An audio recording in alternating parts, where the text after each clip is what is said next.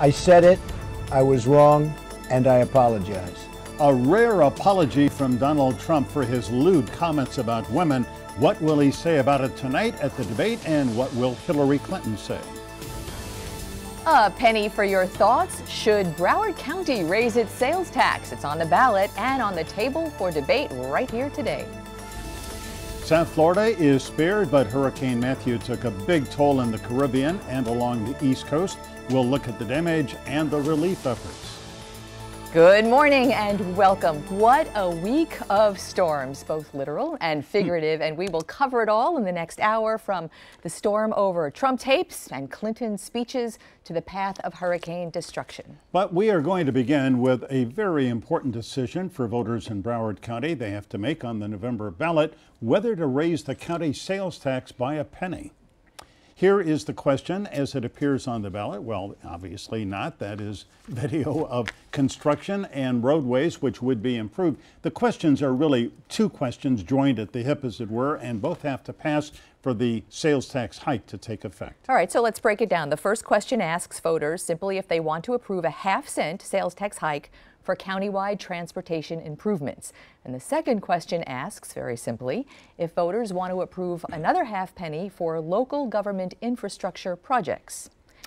Mayor Jack Seiler, mayor of Fort Lauderdale, is with us. His city would gain the most of any city in Broward if the sales tax hike is approved. Chip LaMarca is a Broward County Commissioner, lives in Lighthouse Point, and represents District 4.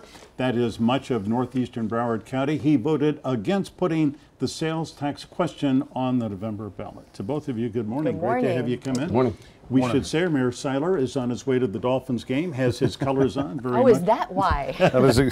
So, Mr. Mayor, I know that you and the city of Fort Lauderdale are strong supporters of this proposed tax hike, and you have a plan, but the fact is some other cities, 31 cities in Broward County, and their plans, as it were, are very thin. You don't know where that money would go. Well, hopefully all the other city commissions will join with us at Fort Lauderdale and lay out a very clear plan. We look at it as, I don't want to see any more property tax increase in Broward County. We're very proud of the fact in Fort Lauderdale we have the lowest property tax rate of the 25 largest cities in the state of Florida.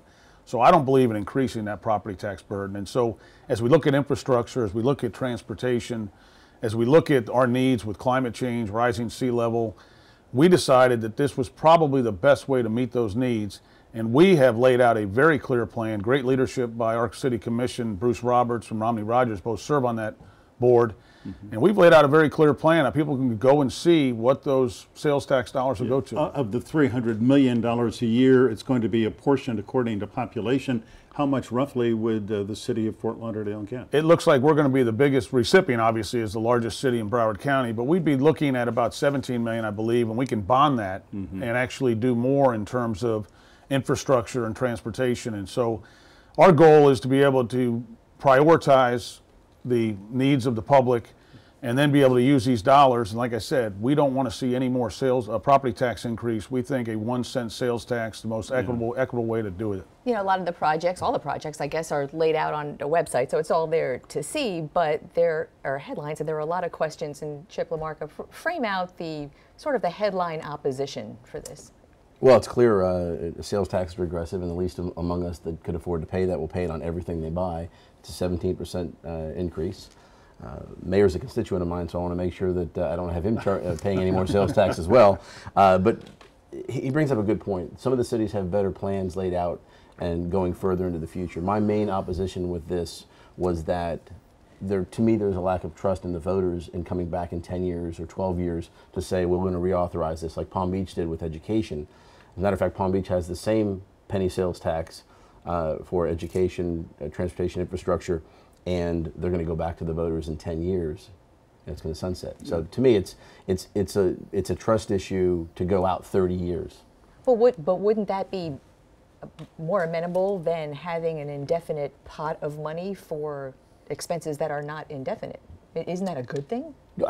Yeah, I wanted to see a 10-year, 8, 10, 12-year period. 10 years would have been fine with this, and I was told by folks who haven't served their entire career in the construction industry that we can't bond things like that. And clearly, as the mayor knows, you can bond shorter-term projects. Yeah, we should point out this is a 30-year tax, I guess, after 20 years.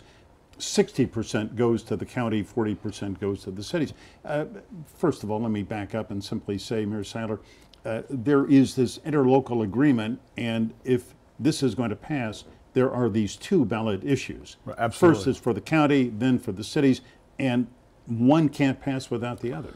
Michael, you're absolutely right. This is two halves make a whole, and they both have to pass. They both have to be successful. And this is where I think we're going to hear from the public. You know, so many times you see, as I said, property tax rates go up, and we just put this money into a general revenue fund, and the public has no say in how that's being spent, what are the expenditures for.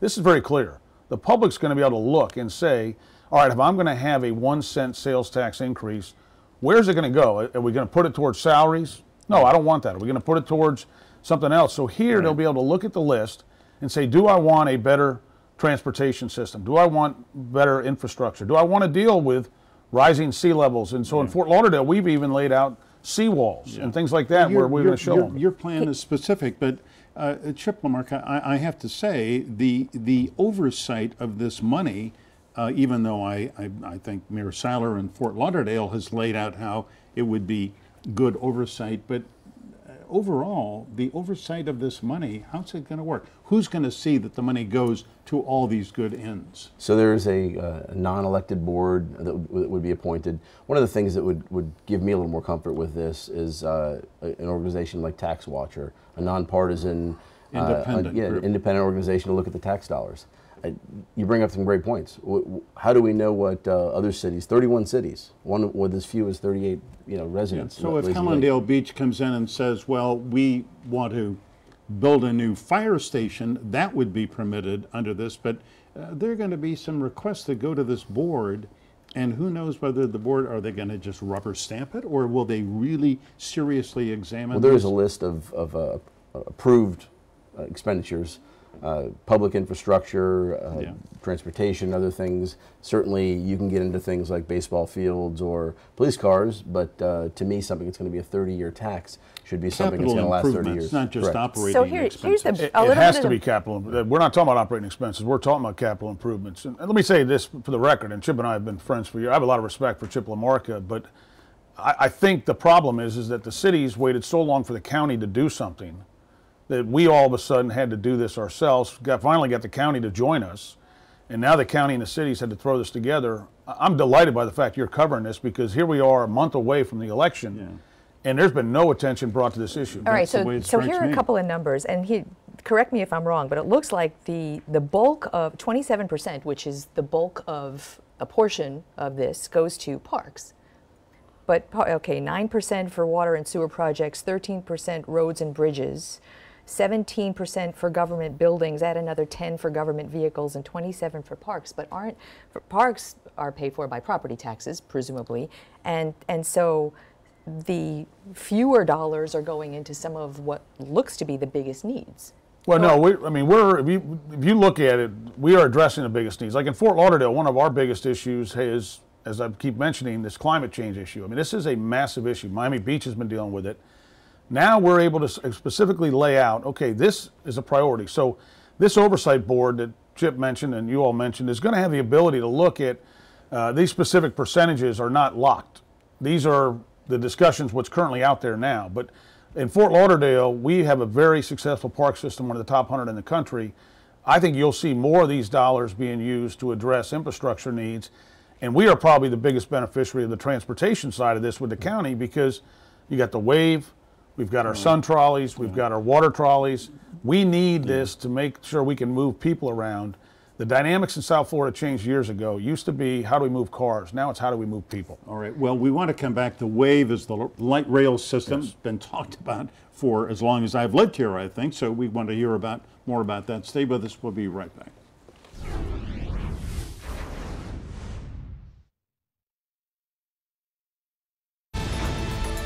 Welcome back live in our studio on this Sunday morning. Fort Lauderdale Mayor Jack Seiler, Broward County Commissioner Chip LaMarca, and we are talking about the penny sales tax issue on the November 8th ballot in Broward. And Commissioner LaMarca, the first question on the ballot is for the half penny for transportation. I'm going to read what it says.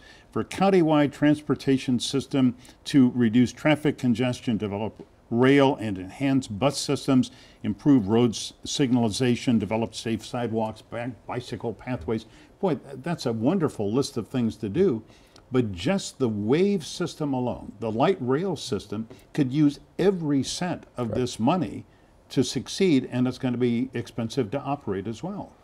I agree with you, Michael. When this compromise came together between the county and the cities to get this moved forward, I didn't support it, but one of the things that I did hear was the chief supporter from the city side of this understood we can't get the wave, we can't get light rail out to West Broward with what we have for us. So we'll get it, we'll have the initial loop in Fort Lauderdale and get to the airport and the seaport. Yeah, what is that? The route is along to 17th Street and... Basically Broward General Hospital to Sistrunk and a loop inside downtown around the courthouse, and then ultimately we'd like to go to the airport and the seaport, which is really... Seaport. Have there already been studies done that would show people would get out of their cars and utilize this very expensive mass transit?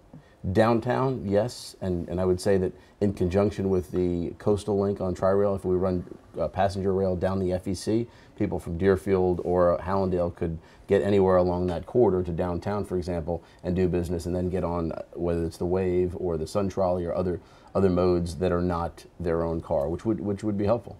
Mm-hmm. You know, we were speaking before during the break, which I thought was really interesting, about apportioning the funding by population, and we brought up, Mayor Seiler, that a lot of the communities that might have the population certainly don't have the financial need like other parts. So how do you get this money, if it is raised, to the underserved, what we call underserved communities that need it most? Well, I think that's where you're going to see each city laying out their priorities, and there might be different priorities in each city. In Fort Lauderdale, again, very clear priorities. And so we think because we are the oldest city really in Broward, we're the largest city, we take up the most land mass, we also pay the most taxes, both property, and we'll collect the most sales taxes.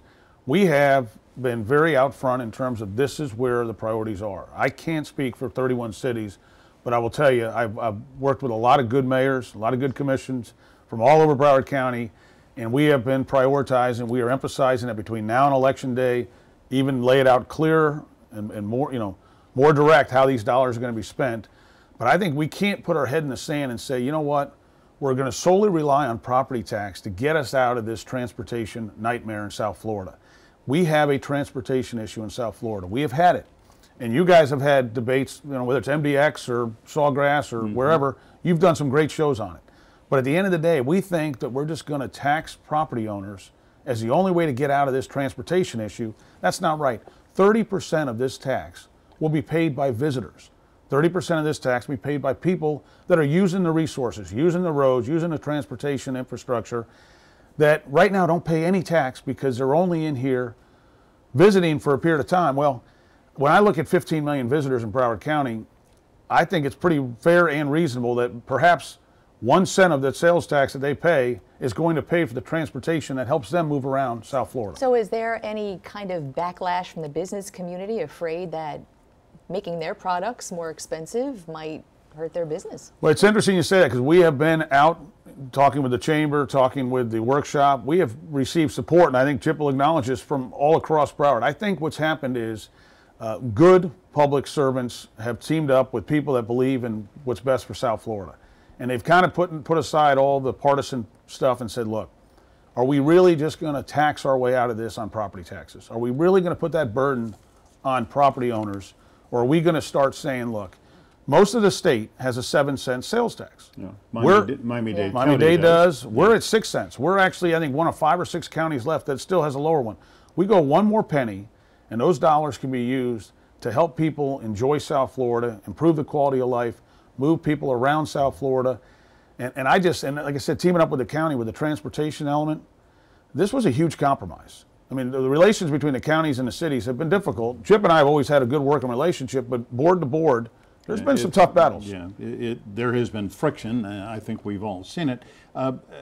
Chip, I don't want to get you to single out a city, but let's just say one of the newest and nicest cities in Broward County is Weston, but it's a new city, and it's a large city. It's going to get quite a bit of this money, and as opposed to built up eastern cities, Lauderdale Lakes or even Fort Lauderdale, which need repairs.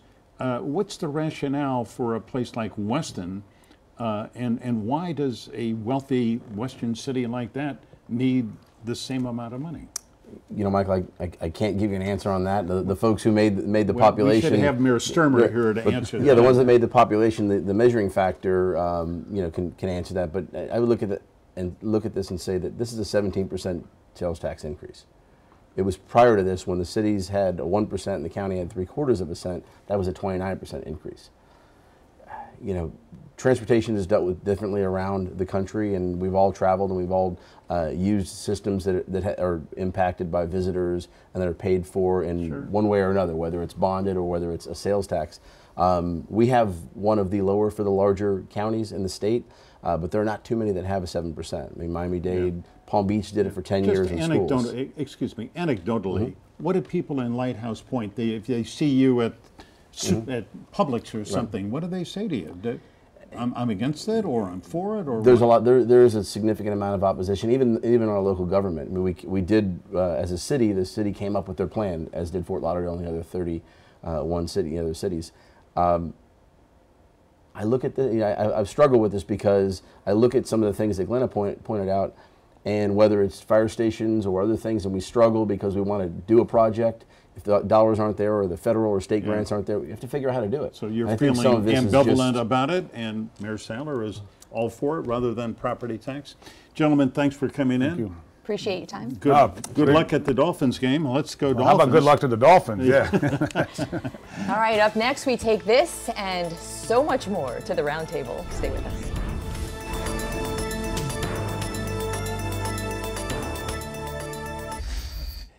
It is that time once again to take a closer, more analytical look at the week's top news stories with our powerhouse roundtable. We kind of already started. We have a lot to talk about, and so with this all-star cast this morning, let's get to some introductions. Nancy Ankrum is the editor of the editorial page for the Miami Herald and a roundtable regular. Welcome back to you.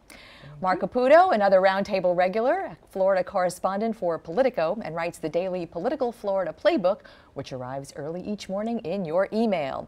And always happy to have back Ed Pozzoli, an attorney in Fort Lauderdale at the Tripp Scott Law Firm, where he's president. He's also a Republican Party activist and kind of on the hot seat this morning, I suppose. I guess. Shall we start with the elephant in the room? Cat in the room. Here we go, skating along the edge. Meow. So here, I think the biggest question is, why now? I mean, Donald Trump has offended, not my words, but the general consensus, offended so many people for so long and so many groups. Why is it now that so many in the GOP are saying, enough, I'm abandoning him? Why is it surprising what he said? It's not surprising. I mean, look, Charles Krauthammer said it wise. You know, is this surprising anyone that Donald Trump is crude or Hillary Clinton is a liar? Those are the two things that are pretty well established here, so I don't know why people are upset. What he said was indefensible, and I'm not going to spend my time defending it. But I will say that Republicans and your viewers alike need to understand that we all live in our own glass house. And so there are times we say things that we don't want really to be public, jokes or whatever it is. But this is a series of things, I think, that concern some Republicans around it. But look, here's their problem. The choice is still a binary choice. It's either going to be Hillary Clinton or Donald Trump in the White House. Well, we've known since the conventions what the choices would be. But Nancy, the level of offensiveness of these comments about women that Trump made, and now that the world knows about, when he tried to excuse it, first of all, as locker room banter, all I can say is I've been in lots of locker rooms since I was a kid, and I've heard some ugly banter, but this really is worse than almost anything I've ever heard. Those locker room kids weren't running for president either. That's true. That's true. You know, look, what he said was explicit, but at the same time, it wasn't anything that, of course, any number of guys say wherever they are. I'm sorry, I've never heard a guy say, "Hey, let's go grab her in the." You know, I just have not heard that. Of course, you hang out with saints. No, I hang out with terrible people, and I have a terrible sense of humor. But I'm really like that was just like, wow. You know what? I agree. I have never heard a man or a boy. And remember, Donald Trump was 59 years old when he said this. He wasn't a kid. Someone pointed out to me is that he actually sounded like someone who was pretending to sound like a sexual predator.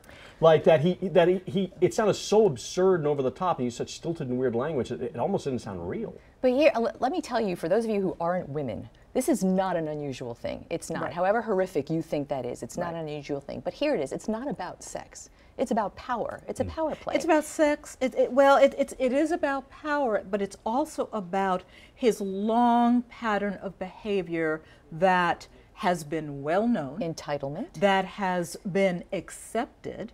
I think that the Republicans that are now leaving his campaign, withdrawing their support, they knew what they were dealing with after all, and they are now in survival mode. Yeah. They're saying, this is my career. I'm up for re-election here. I need to save myself. This morning, the New York Times says 36 prominent Republicans have now rescinded their support. I want to point out for the record, you were a strong early Jeb Bush supporter. Correct.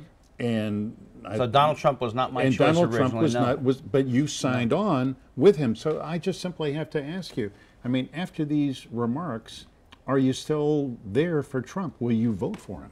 Yeah, I'm going to vote for him. I'll tell you why.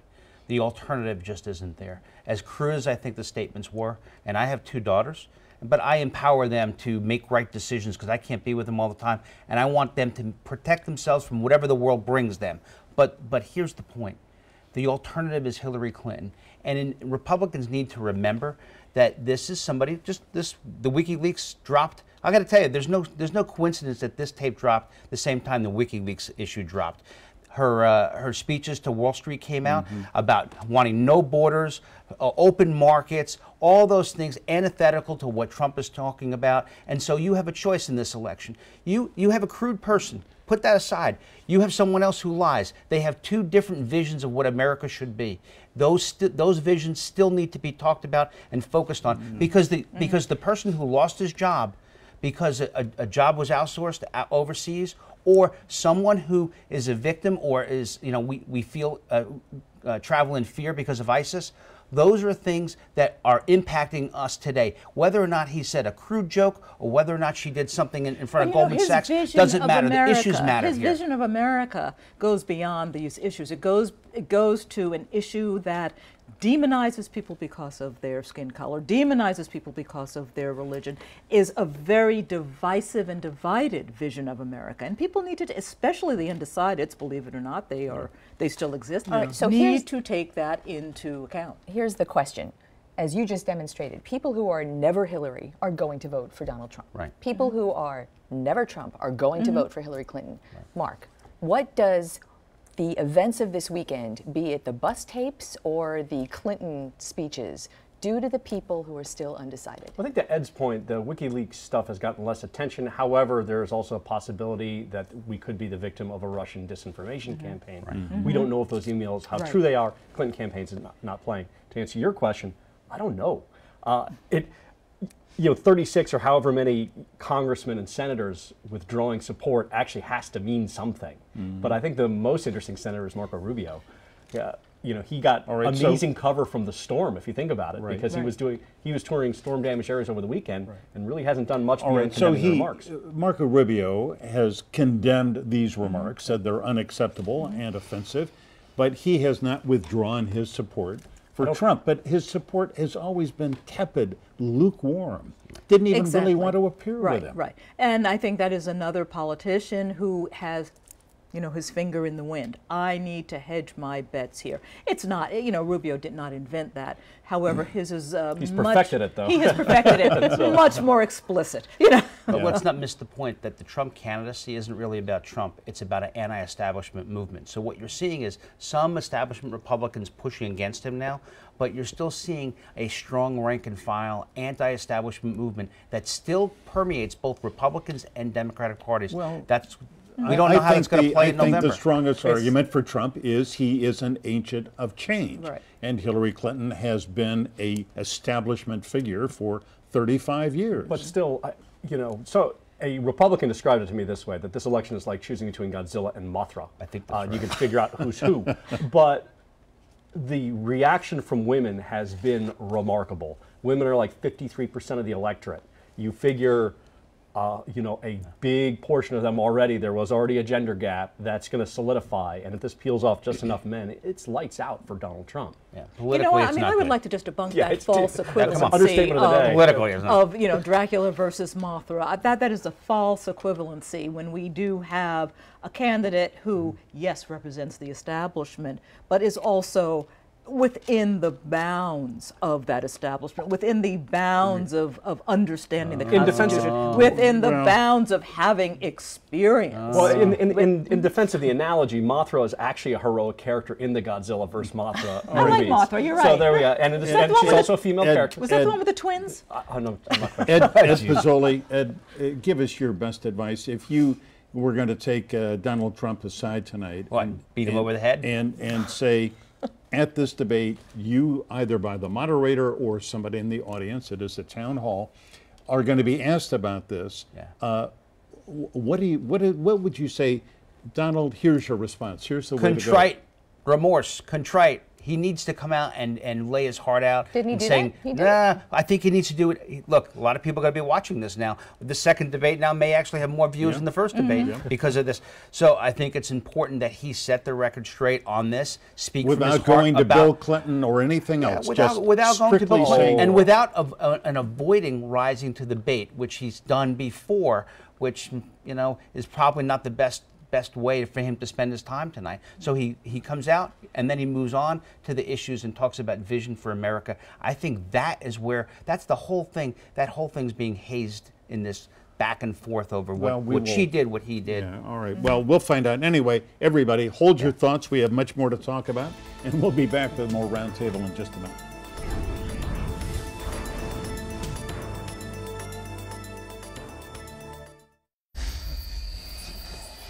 Welcome back. We are in the midst of a very robust roundtable, and before we leave the subject of the debate, Nancy Ancrum, let me ask you, tonight, I think strategically, the last thing Hillary Clinton wants to do, she won't bring up this bus sex tape thing, but she knows it's going to be brought up. What do you think she should say? And Hillary needs to pitch her disgust directly to women, as she has, but she also needs to broaden that and make clear that men should be appalled too, and men with sons should be appalled too. Hillary should be Hillary. Look, she's not going to be Joan Rivers. She is who she is. She's not flashy, but she's steady, and that is her strong suit, and that's what she needs to present tonight. Yeah. You know, in fairness for this discussion, I think we really need to dig a little bit into Hillary Clinton's leaked speeches, even though, for the record, they have not been authenticated, to your point.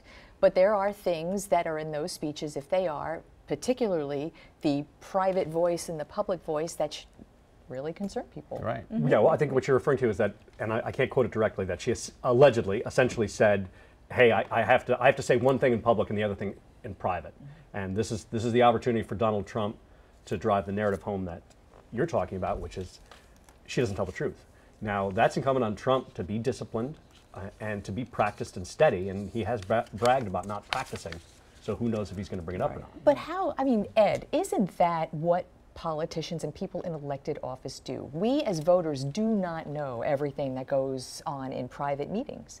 And there are messages that are taken out of private meetings, packaged to hand to the public. That is not an unusual thing. It's not unusual, but the extent of it for with Hillary Clinton, that every important issue, everything she stood for has turned out to be the exact opposite in private. So when you talk about women and being, she's got to be careful. Everything. She has to be careful. I mean, she's been an advocate for children all her life. That's not something that she's turned around on. But she claims she's an advocate for women, and you know, let's be blunt about it. She's been in office 30 years. What has she done for women? Nothing. And so the only thing. No, absolutely not. Secretary of State, she made sure she made those issues for women around the world in terms of education. Exactly the point. That was her public life, and her private life is where the Clinton Foundation took money from countries who have abhorrent records on women. Saudi Arabia, you know, all of those Middle Eastern countries, they gladly took the money. And she needs to be gladly took the money. okay, and never took the money with a condition that says, hey, you need to work on your human rights or any of that. She gladly took the money for everything. And that is a vulnerability. All right, if I may, I'm going to call a little, not a time out Can I get your here, whistle? but before we run out of time here, I do want to ask you all about Hurricane Matthew, and I just want to put on the record, I think that government in Miami-Dade and Broward counties did a spectacular job in being ready, showing leadership, and I just don't mean, although Mayor Marty Kerr in Broward was good and Mayor Carlos Jimenez, I'm talking about the people who run the administrative level. I just thought that they were really good this time. I absolutely agree, and our editorial Friday said just that. People did a good job, administrators did a good job, the school system really got out ahead of it. And you know what, we have to also give residents who are also Yes, skeptical, they took it seriously. who were lazy, we all took it seriously, and kudos to them too. I will say, I have heard complaints from people who said, oh, here I went, I spent all this time batting down for nothing. Is there... Welcome to Florida, people. Wait a second. Yeah. Wait, why don't you just breathe a sigh of relief and Thanks. thank you that the thing took a small jog to Absolutely. the course. east before it hit That's what I South said. Florida. There's no My way gosh. not to have done that. I think Right. the one thing, I guess, on TV news, you guys should try to remind people every time is that cone, while it is scientific, the middle of the cone, there's a 2/3 chance it hits. Yeah. There's a 1/6 chance it hits on the left and a 1/6 I chance think, it We I hits actually think do. Max We Mayfield, actually do. and every single Max time. Because if you Mayfield don't, people don't listen. and Betty you know? Davis said that every time they were on Right. the air. Yeah. Don't look at the center of the cone and think we're out of it, Right. because we Stay may local. not be. You I mean, I said also- there's a Good job. 1/6 chance it's going to go left. There's Yeah. a 1/6 Yeah. chance it's going to go right. Mark, you know? Mark, I have to say there are things about Governor Scott's tenure that I have problems with, but this time I thought he showed real leadership and did a good job. The tone of his remarks occasionally was a little off-putting. This You're storm going will to kill die. people. Yeah. You're going to die if you Well, don't he do this. turned out to be right. Well, this he is turned true. out to be right. But yeah, on the whole, yes. You know, the state, thanks to the legacy of Jeb Bush, largely kind of perfected this to a science. And Charlie Crist and then his successor, Rick Scott, have done a very good job of not screwing it up and of doing the things they need to do. You know what's on the horizon, it appears, I saw the letter this morning, there is a request in from the state for federal money, and it has not been forthcoming in the amount that the state has asked for yet, and it certainly seems like a hurricane, as in the Zika issue, that Governor Scott is setting up a little bit of the federal government isn't doing its job here. Have you seen that? No, not yet, not yet. Because look, we're just read the letter this recovering. morning? Yeah, Yeah. but we're just let's put that aside for a second. We're just recovering. Northern Florida, we didn't experience in South Florida, but places like Northern Jacksonville Florida did. and St. Augustine Yeah. really got hit hard. Yeah, we're going to have a report in the next segment from St. Augustine, and they did get hit. Nancy, I've got to ask you, all the Democratic members of Congress of Florida asked the governor, because of this storm, voter registration is going to close, and you Right. should extend it for Tuesday. It on closes Tuesday. on Tuesday, right. And you should extend, please, by 4 days, because people who may have been rushing last minute to get registered couldn't get registered, and Rick Scott said no. He said no, and I don't think that should come as a surprise. I think that Rick Scott, yes, out in front on this, but when it comes to the vote, when it comes to ensuring people have access, Rick Scott has always opted to pull back instead of broaden. Well, I don't think he has legal authority to do so. I mean, Really? yeah, no. I don't. I think he can move an election pursuant to his powers under emergency circumstances. But in this instance, registration is dealt with through the legislative process, and I don't think he has executive power to do so. Ed is right in that the statute does not specifically contemplate anything but moving an election as a result of a disaster. However, Charlie Crist used that statute as justification in 2012 to extend the early voting period. yeah. Oh, pardon me, 2008. But that's the election That's and the not That's the registration. election itself. no, early voting. That's not the election. That's early voting. Ed Pizzoli, you live in Broward County, obviously, and you heard the earlier discussion with Jack Seiler and Chip LaMarca about this Broward sales tax. I happen to think this is a really big issue for Broward County, and it's, nearly 2 million residents, but it's been flying under the radar. Why is that? Well, I think it's purposely done. I mean, for purposes of that. If you have organized opposition, if it rises to the level, it might not pass. But there is no organized opposition that we can see. There isn't. I had Dan Sturman in the office. We did about a 5-minute discussion around it, and you know, he laid out the reasons for it. He's the mayor of Weston. Mayor of Weston, who is a predominant cheerleader of this thing. But look, I have trouble with it, not just because of the extra tax, but because of the flimsiness of the projects that have been identified to go fund. And 30 years worth of tax is a lot of money with no real plan in place. That's really the major issue and the flaw on this thing. Are you editorializing on this, Nancy? We are not. We are election 24/7. They spent $1 million to sell that, and something that we didn't get to talk about in the first discussion, but they spent $1 million plus taxpayer dollars to promote and sell this idea of voting for a sales tax. Is that appropriate?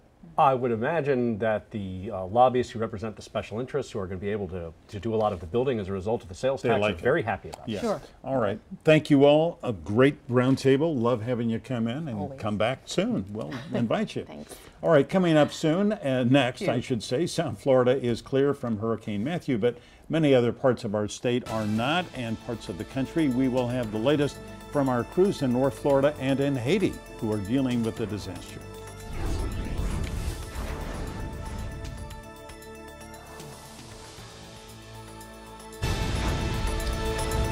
We all spent this past week, I think, in a state of high anxiety over Hurricane Matthew. Would it hit us? Would it miss us? Should we put up our shutters?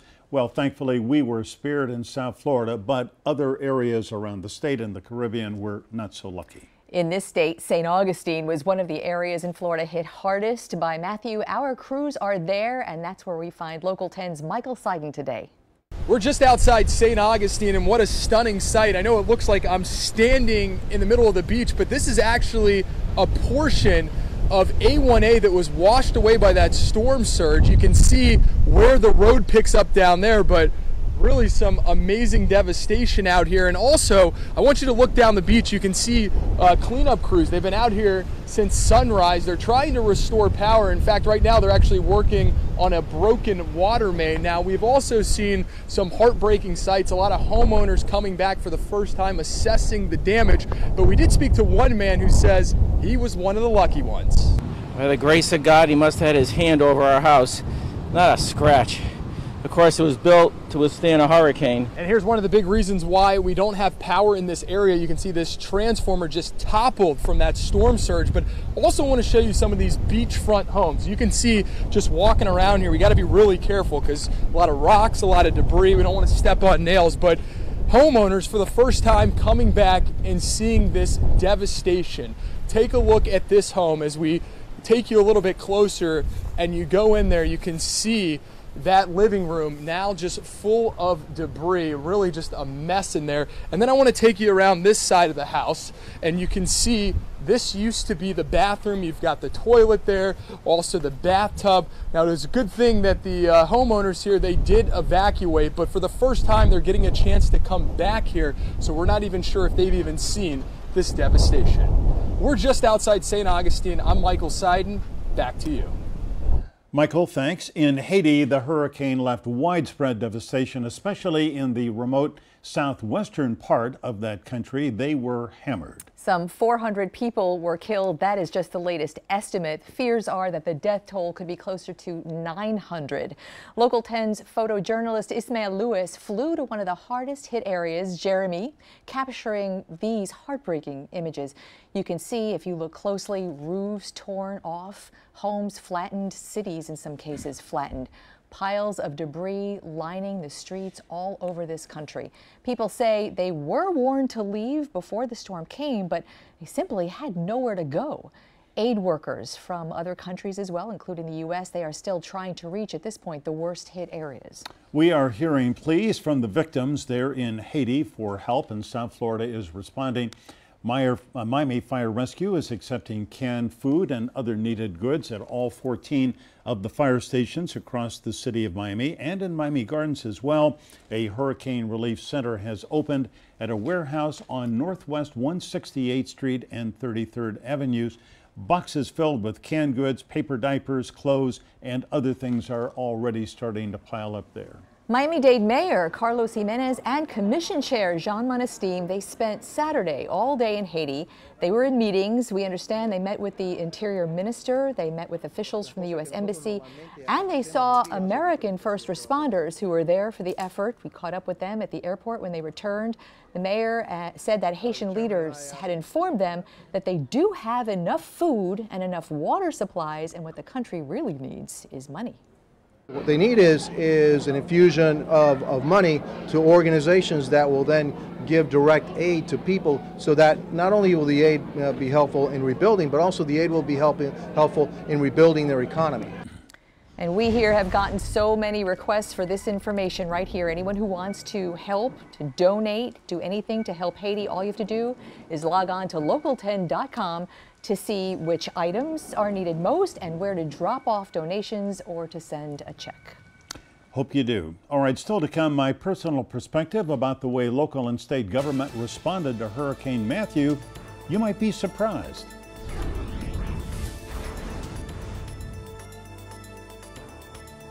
All right, South Florida, the winds are picking up out there. You can see those palm trees swaying against that breeze. Now, the winds are out of the north-northeast, but check it out, topping at 21 miles per hour in Homestead. These are sustained winds. 17 in Fort Lauderdale. Look at the wind gust. Fort Lauderdale reporting a wind gust of 28 miles per hour. So it will remain windy for the rest of today. Now, temperatures are warming up to those upper 80s. The high, though, for today in Miami should be 89, which we have already reached that. The next few days, expect that dry air to linger on, and so the rain chances are going to be very low, but maybe on Tuesday and Wednesday could see a shower rolling through. Michael. Jennifer, thanks. All right, before we leave you this morning, a personal perspective about government doing something right, and hereabouts it did during Hurricane Matthew.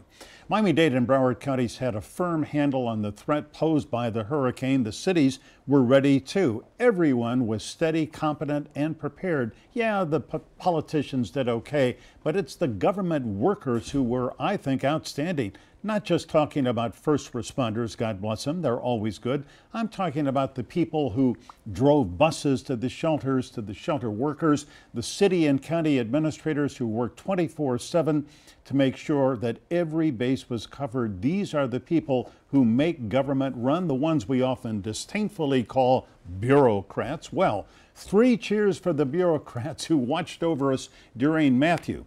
On the other hand, no cheers for the politicians running for re-election who showed up at the Emergency Operations Center in Miami-Dade to get their faces on TV.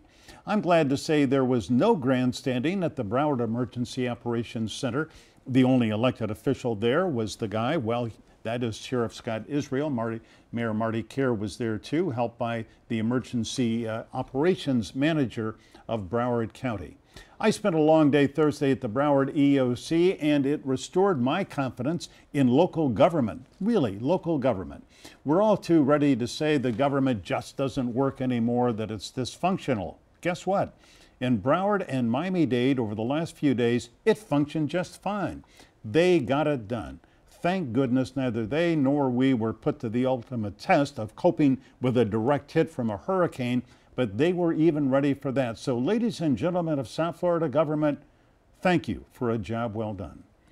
That is my thought for this week, my perspective. Remember, stay informed, get involved. Have a great Sunday. You can start right now. We want to know what you think on that or any topic in the news. Here are our addresses. You can weigh in any way you like. Find one that's not listed and we'll roll with you. Have a beautiful Sunday. Thanks for being with us.